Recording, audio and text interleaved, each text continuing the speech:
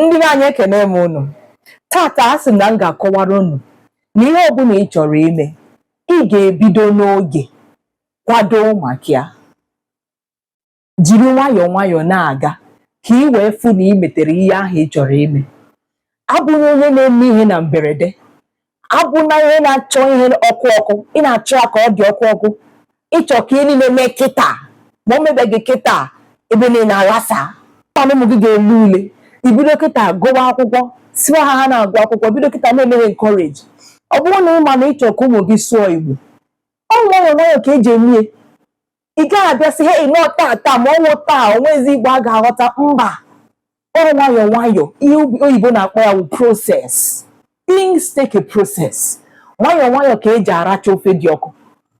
Ị gaghị abịa kịta sị na ụmụ gị batara klaasị taa na ha ga-asụ Igbo taa. Otu esi eme Igbo niile ka Igbo ha, maka Igbo ha ji maọbụ otu ụbọchị ka nwa gị ga-aghọtacha ihe niile ma ilu o, ma akwa ala okwu o, ma mgbochi ume na ihe niile a na-akụzi n'Igbo. Ọ nwayọọ nwayọọ a na-akụzi ha na klaasị, gị nwa ị nọrọkwa na be gị ị na-asụkwara ha. Ka ị na-asụrụ ha ka ha na-anụ ya na klaasị, ha na-ene ya na chanel dị iche iche, ha na-agụ akwụkwọ Igbo dị iche iche. Ifu na Igbo ha na-emi emi, ha na-enwekwana nghọta karịrị nghọta.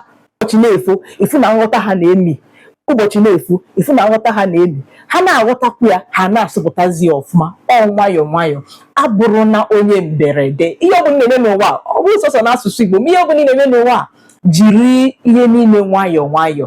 Ụwa bụkwanụ nwayọọ nwayọọ, jiri ya nwayọọ. O aha m bụ Princess Enyinna Okoro nke si na Kids Igbo Academy, ebe anyị na-akụziri ụmụaka Igbo n'ụzọ na-ekwe ha ka ha ghọta ya ọfụma.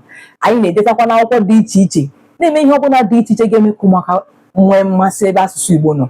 Kpọbata ụmụ gị na klaasị anyị taa, ị ga-afụ ihe dị iche na ndụ ha. Ka ọ dị mgbe ọzọ.